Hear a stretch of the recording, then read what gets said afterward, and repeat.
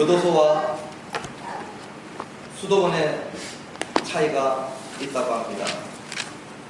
둘 다 제약되고 규제된 생활을 하고 있지만 한 곳에는 불평이, 한 곳에는 감사가 그 두 차이를 나눈다고 합니다. 오늘 추수감사주일 저희들이 특별히 감사라고 하는 제목으로 오늘 누가복음 17장의 말씀을 볼 것인데, 감사까지 오기 전에 네 가지를 주목해야 될 것 같습니다. 오늘 우리 설교 제목처럼 돌아오라, 엎드리라, 그리고 제일 마지막에 감사하는 자리까지 가게 됩니다. 오늘 이 감사하는 자리까지 가는 이 순서들을 기억하시면서 오늘 이 말씀을 집중해 볼 수 있게 되기를 원합니다.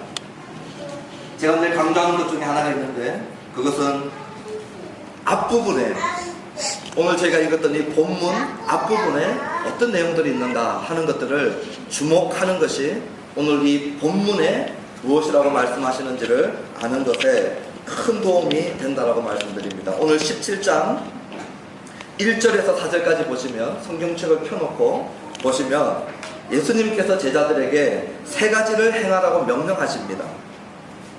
첫 번째는 3절에 있는데, 너희는 스스로 조심하라 라고 말씀하십니다.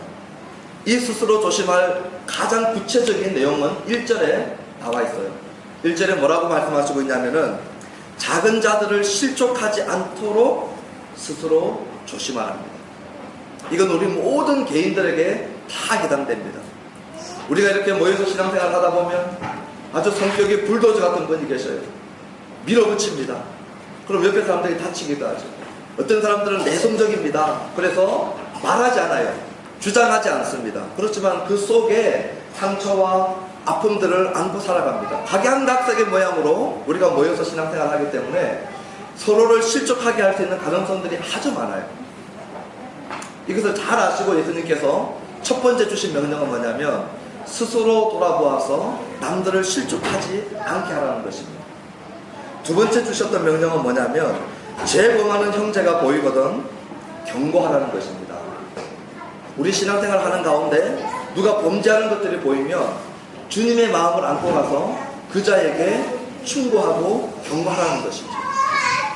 그리고 세 번째 주시는 명령은 뭐냐면, 그 경고를 받고 회개하면, 그 형제나 그 자매가 회개하면 하루에 7번이라도 용서해 주라고 했어요. 이 말은 마태복음에 70번씩 7번이라도 용서해 주라는 말과 똑같습니다.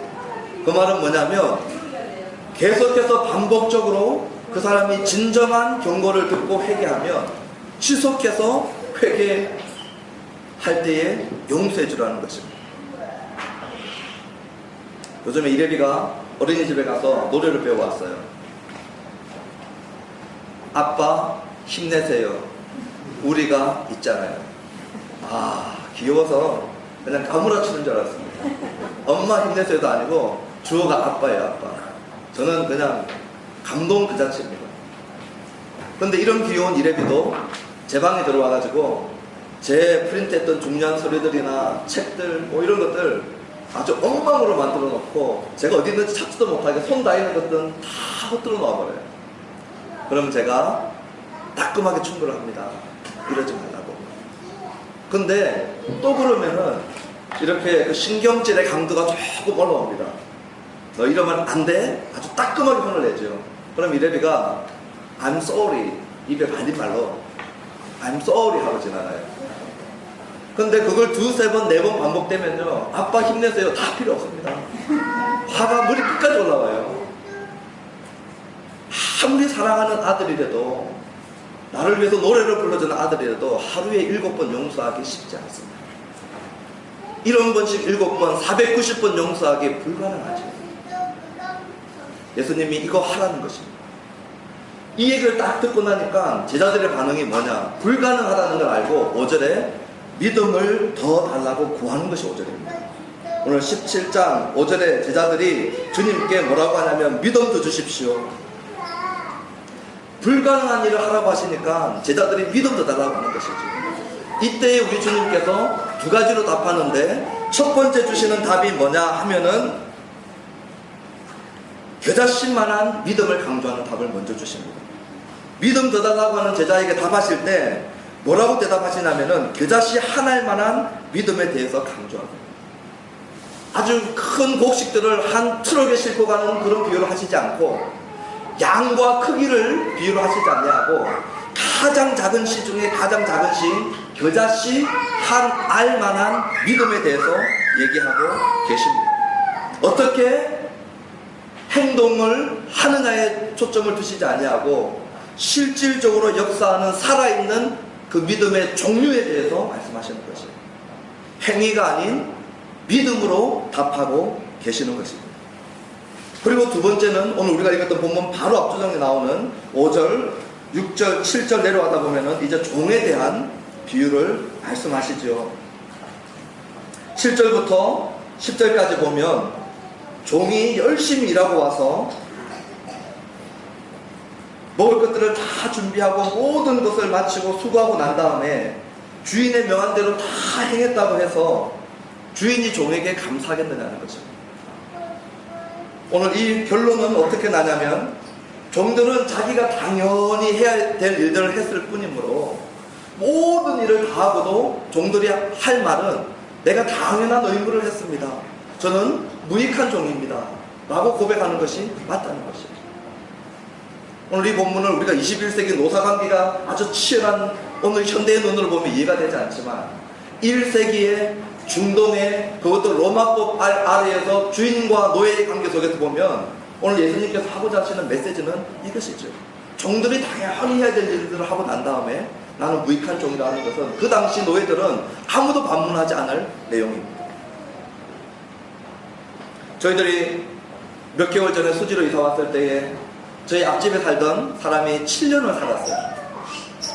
7년을 살던 사람이 나가고 나니까 곰팡이는 곰팡이대로 물은 물대로 하여튼 손볼 것이 너무 많았어요. 그래서 사모아버지하고 좋지도 않은 페인트 실력으로 베란다도 페인트 칠해보고 또 벽지도 갈아보고 했는데 그 구더기 끼어있고 7년 묵은 때는 못 주겠더라고요. 그래서 청소업체를 가장 싼 곳을 찾아서 불러서 그분들이 와서 전문가들이 와가지고 청소를 다 했어요.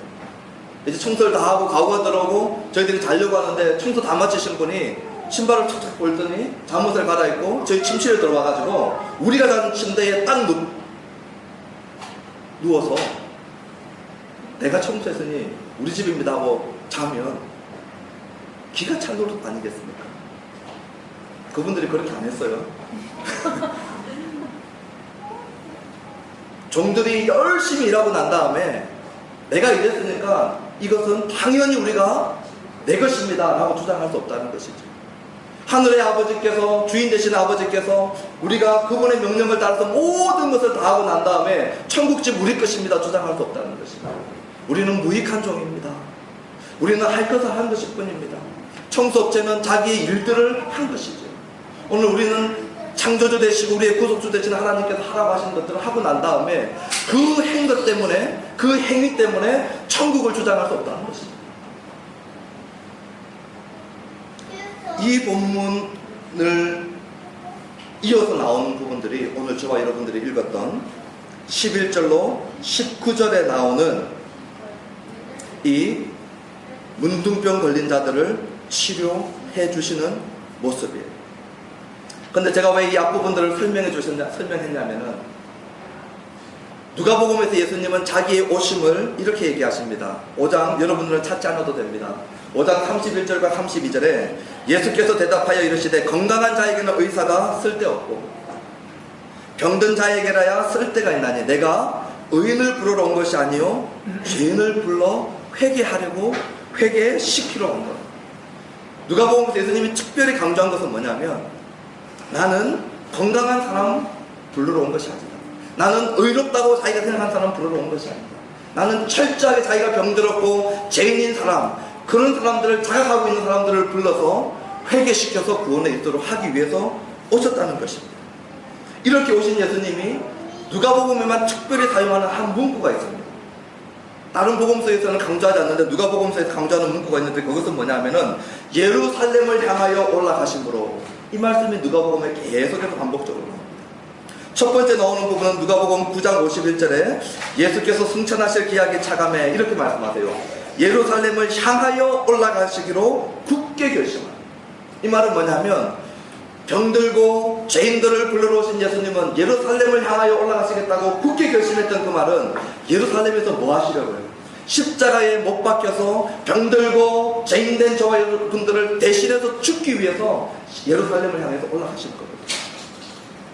똑같은 맥락에서 13장 22절에 다시 예수님께서 예루살렘으로 여행하십니다. 그런데 누가복음에서는 예수님이 예루살렘을 향하여 올라가시거나 예루살렘으로 여행하는 부분들은 다 이런 의미에서 말씀하고 계세요.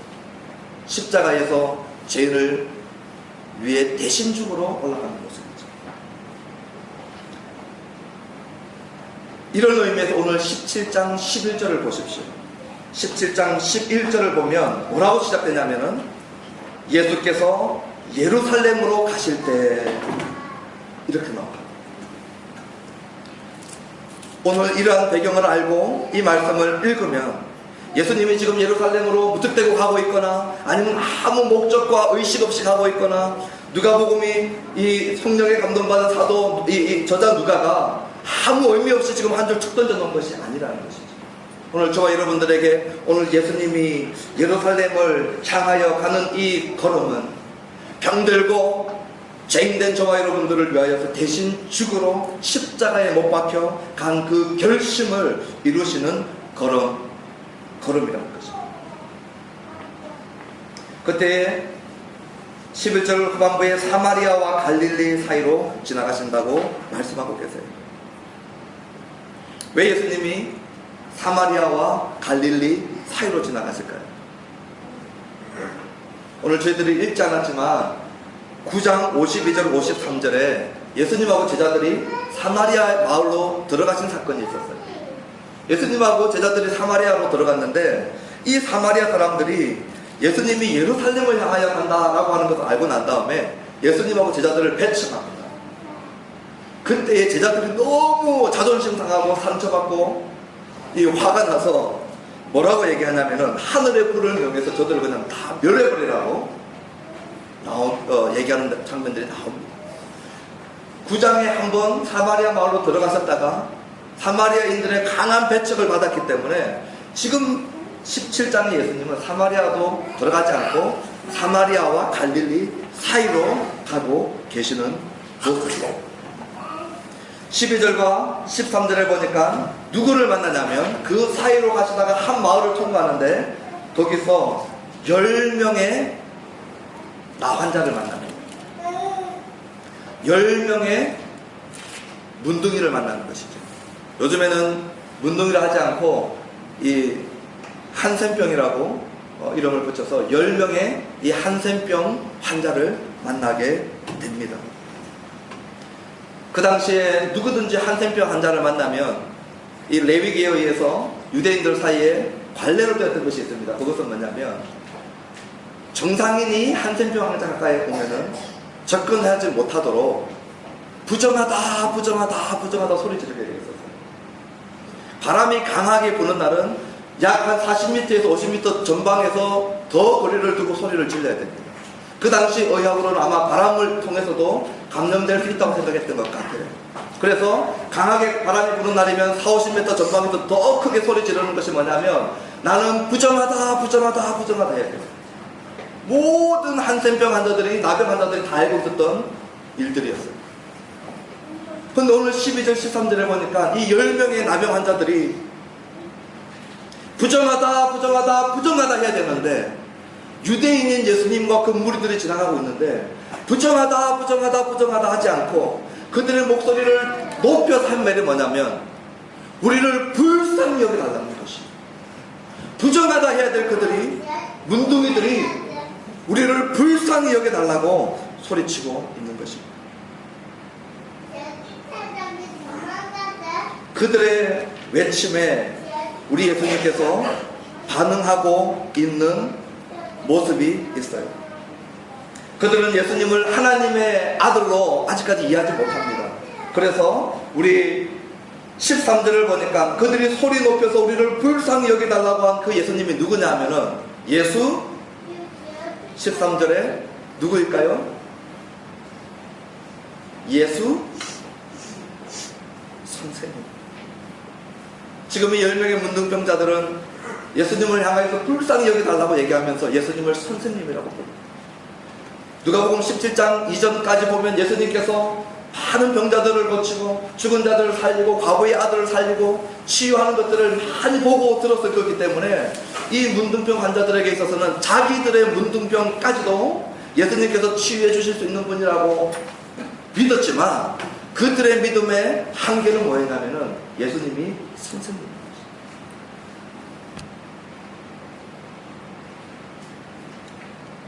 이 외침을 들은 예수님이 14절에 중요한 단어를 말씀하셔요. 그리고 15절에도 똑같은 단어를 말씀합니다. 헬라어에는 이것을 강조해 놨어요. 이돈이라고 하는 단어인데 뭐냐면은 14절에 보시고예요. 보시고. 생각해 보십시오. 누군가가 소리를 쳐서 나를 불쌍히 여겨달라고 외치면 거기에 대한 반응은 들으시고가 맞죠. 누가 크게 목소리를 높여서 외치면 거기에 대한 반응은 듣는 것입니다. 그러니까 누가는 예수는 들으시고 해야 되는 것이죠. 그런데 소리를 지르는 걸 보시고라고 답하고 있습니다. 14절에 이돈이라고 시작하면서 보시고 그랬어요. 그러니까 이 보시고는 예수님이 라식 수술을 하고 안경을 끼고 도수를 맞추어서 자기의 이 동체를 통하여서 안구를 통하여서 시력을 사용해서 보시는 것이 아니라 저들의 필요가 무엇인지 지금 저들이 요구하는 것이 무엇인지를 꿰뚫어 보시는 통찰인 것입니다. 예수님이 그들을 보시고 하신 말씀이 놀랍습니다. 뭐라고 하시냐면 제사장들에게 너희 몸을 보이라고 얘기했죠. 그 당시에 문둥병이 나은 사람들, 병이 나은 사람들, 피부병이 나은 사람들에게 그들이 나아서 다시 자기들의 가족과 사회로 돌아갈 수 있도록 마지막 확인을 해줬던 분이 누구냐면 제사장들이었어요. 성전으로 가서 제사장들에게 보이면 제사장들이 그들이 완쾌되었다라고 결정을 해주면 이들은 격리되었다가 다시 자기 가정으로, 자기 아내에게로, 자기 남편에게로, 자기 자녀에게로, 자기 사회로 돌아갈 수 있었어요. 그러니 다 나은 자가 제사장에게 가는데 오늘 문둥병 걸려있는, 나병 걸려있는 그 자체의 10명들에게 예수님께서 뭐라고 하냐면 제사장들에게로 가라는 것이죠.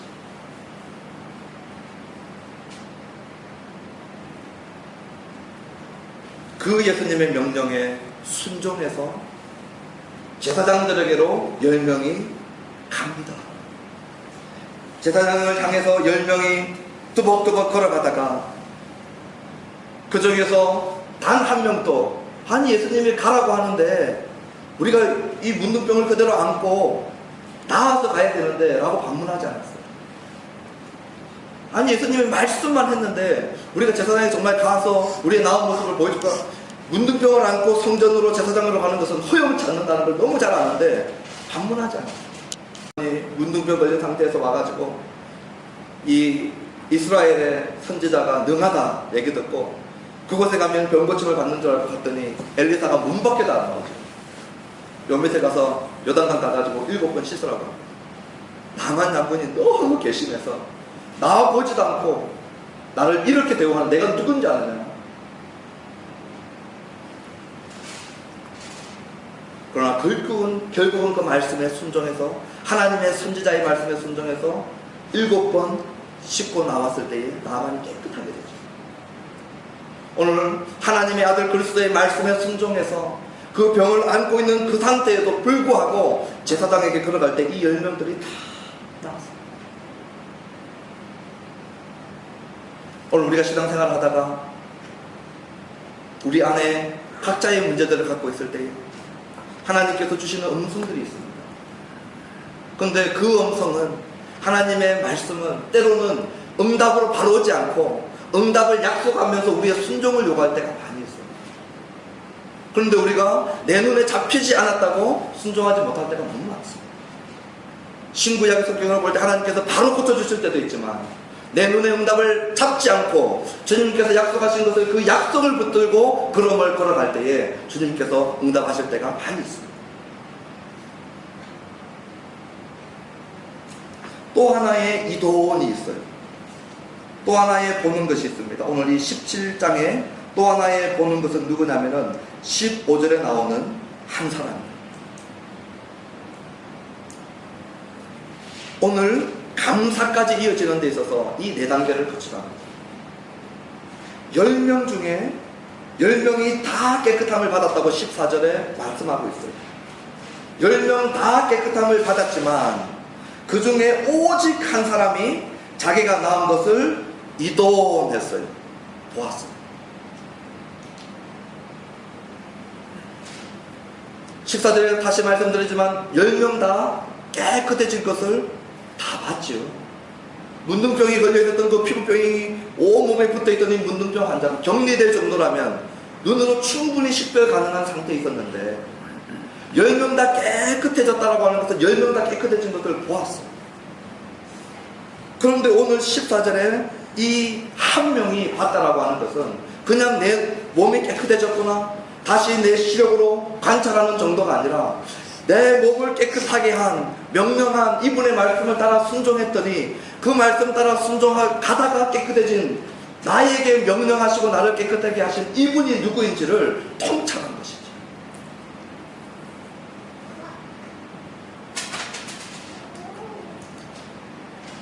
나를 온전케 하신 이분은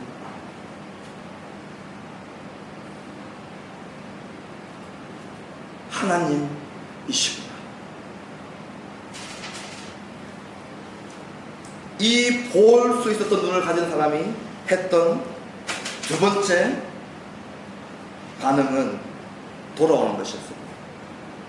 15절에 보니까 큰 소리로 하나님께 영광을 돌리며 돌아와 그랬어요. 메가폰 아시죠? 메가폰. 이 헬라어로 여기 큰 소리가 포네이스 메갈레스예요. 폰하고 메가가 여기서 나옵니다. 우리가 사용하는 메가폰이 여기서 나왔어요. 메가폰을 잡고 하나님께 찬양하면서 큰 소리로 목소리를 높여서 하나님께 영광을 돌리면서 하나님께로 돌아오는 것입니다. 우리가 운전하다가 길을 잘못 들었을 때 유턴을 합니다. 가다가 잘못된 길로 가다가 유턴을 해요. 돌아오지. 오늘 10명 중에 9명은 유턴을 하지 않았어요. 그들은 성전이 있는 곳으로 예루살렘으로 제사장으로 그들의 종교의식으로 나아갔지만 그 종교의식 아래에서 살면서 자기의 문둥병이 해결되지 못했었거든요. 그럼에도 불구하고 그들을 온전케 한 예수님께로 돌아오지 않고 유턴하지 않고 오직 한 명 주님께로 돌아옵니다. 자기 자신을 숭배하고 자기를 피하고 자기를 높이고 자기를 자랑하는 시대에 하나님을 자랑하고 하나님을 높이고 그분의 영광을 큰 소리로 외치면서 돌아오고 있는 모습. 근데 이렇게 하나님을 향해서 큰 소리로 높이고 찬양하는 것은 하나도 놀랍지 않습니다. 하나님 이 정도 기적 베풀어 주시면 찬양할 만하죠. 하나님께서 이 정도 능력 베풀어 주시면 찬양할 만한 것입니다. 그리고 누가복음에는 1장부터 계속해서 하나님의 기이한 일들을 볼 때 거기에 반응했던 사람들이 하나님께 영광을 돌려왔어요.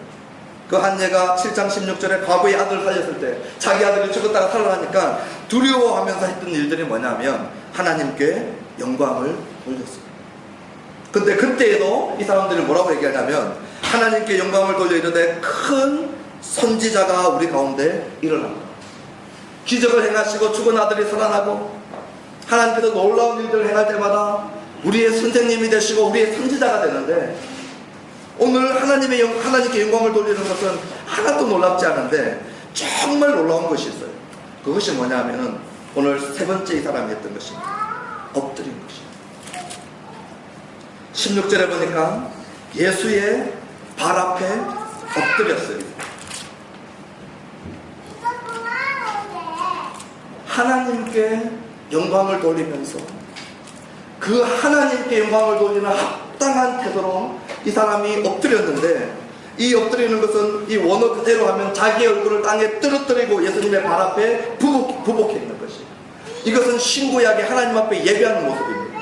오직 하나님 앞에 완전히 얼굴을 땅바닥에 대고 예배하는 그 모습을, 하나님께 영광을 돌리며 그 영광의 대상, 그 영광의 방향이 성전도 아니고 예루살렘도 아니고 제사장도 아니고 예수님의 발 앞이라는 것입니다. 선생님으로, 선지자로 사람들이 알고 있는데 이 한 사람만 예수님의 발 앞에 엎드려 있는 것입니다.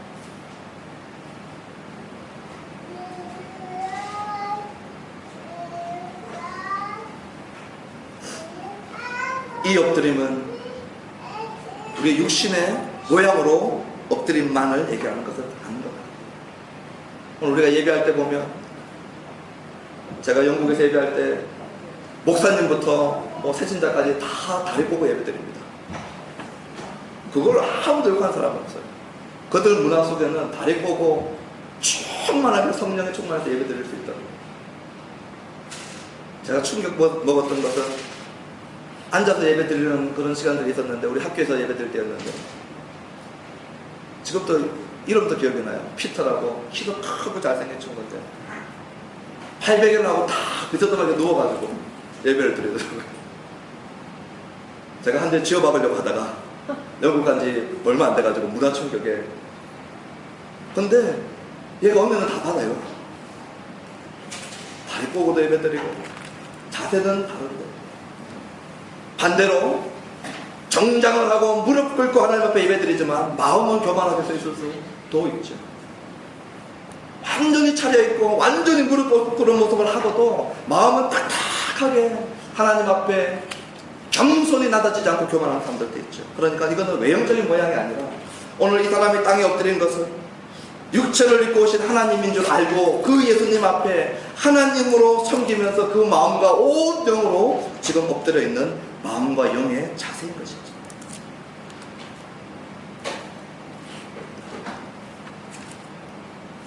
오늘 주일 예배 드리는 저와 여러분들은 예수님의 발 앞에 엎드려 있는데, 오늘 우리가 예배하는 이 예수님은 우리 성도님들에게 누구이실까요?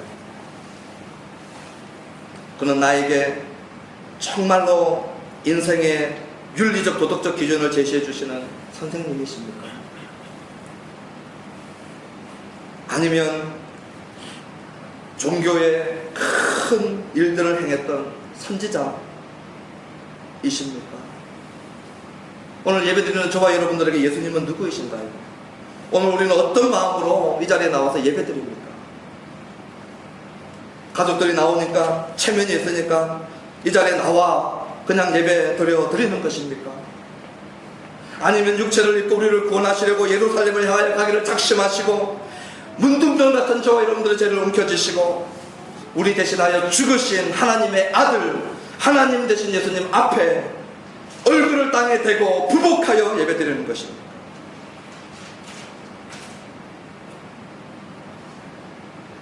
오늘 이 사마리아인은 부복했습니다. 완전히 엎드려서 예배드렸습니다. 그의 입에서 나온 것이 마지막 감사입니다. 보고 유턴해서 하나님인 줄 알고 그 앞에 엎드려서 나온 것이 감사인 것이죠.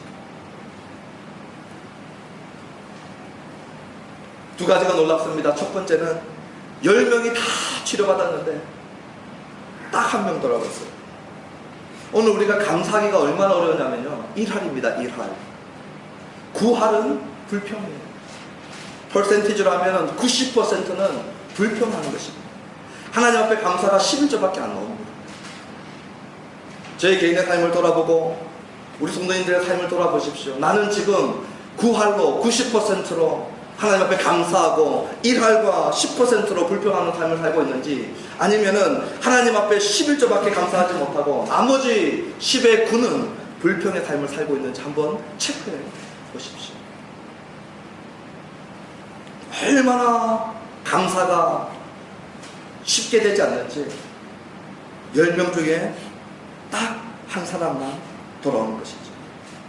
그것도 유대인이 아닌 유대인들이 혐오했었던 사마리아인이 돌아옵니다. 예수님께서 이 땅에 오셔서 의인을 구하는 것이 아니고 죄인을 구하러 오고 건강한 자가 아니라 병든 자를 구하러 오겠다고 했는데, 유대인들은 자기가 의롭다고 생각했어요. 유대인들은 자기들이 종교적으로 완벽하고 깨끗하다고 생각했습니다. 그래서 자기들은 하나님 앞에서 건강하다고 생각했어요. 오늘 이 사마리아인은 육체적으로도 병들었고 영적으로도 자기가 죄인인 줄 알고 하나님 앞에 돌아와서 감사를 올려드리는 것입니다.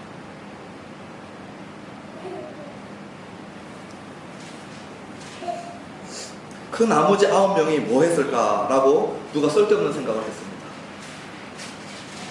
이 돌아온 한 사람에 집중해도 괜찮은데 이 나머지 9명은 도대체 왜 못 왔을까? 한 작작 위상의 글이 있어서 소개합니다. 한 사람은 의사와 제사장에게 가서 정밀 검사를 해야겠다. 그래서 갔다는 것이죠. 이게 나은 것 같긴 한데 정말 나았는지 너무 의심이 많아서 종합병원에 가가지고 정밀 검사 해봐야 되겠다고 가버렸다는 것입니다. 두 번째 사람은 혹시 재발 가능성이 있는지도 모르니까 며칠 두고 봐야겠다는 것입니다. 신중론자들이죠.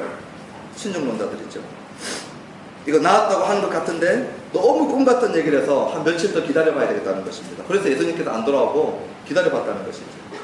세 번째 사람은 내 병은 본래 나병이 아니고 그냥 나병 비슷하게 생겼던 다른 피부병 정도였다라고 하는 이 회의론자들이 있었다는 것입니다. 네 번째 사람은 내 병은 나을 때가 돼서 나은 거지, 자연적으로 나은 것이지 예수님의 능력으로 나은 것이 아니라는 것이에요. 그래서 이 병도 자연스럽게 나았기 때문에 예수님께 굳이 돌아올 필요가 없는 것입니다. 다섯 번째 사람은 병 걸리기 전에 가졌던 자기 밭하고 재산들이 지금 어떻게 되는지 이제 다 나왔으니까 먹고 살아야 되는 문제가 급하니까 그걸로 가버렸다는 것입니다. 여섯 번째 사람은 병 걸리기 전에 같이 있었던 가정과 식구들, 특별히 아내들, 이 사람들이 수절하고 잘 살고 있는지, 내가 병 걸려서 없는 동안에 딴 살림 차린 것은 아닌지 그게 궁금해서 그쪽으로 가버렸다는 것입니다. 일곱 번째 사람들은 그리스도께서 특별히 해준 것이 없지 않느냐, 그리스도가 나한테 안수해준 것도 아니고 그냥 말 한마디 해준 것인데 말씀밖에 안 해준 예수님께 내가 다시 돌아갈 이유가 없다는 것이죠. 또 여덟 번째 사람은 다른 유명한 랍비들도 이런 것처럼 가능할 줄도 모른다. 그래서 예수님의 능력을 상대화시켜버리고 더 좋은 이 랍비에게로 가버리고, 마지막 아홉 번째 사람은 이 모습대로 갈 수 없어서 이제 목욕도 하고 새 옷도 갈아입고 예물도 가지고 너무 깔끔 들다가 예수님께 못 따라갔다라고 하는 그런 사견들이 있습니다. 이유야 어쨌든 우리가 다 알지 못하는데, 이 9명이 예수님께로 돌아오지 못한 이유들은 우리가 다 알지 못하지만 이 9명이 돌아와서 감사치 않은 것들에 대해서 손가락질을 할 수 있을까요? 오늘 우리의 삶, 감사와 불평의 비율이 1:9가 아닌지,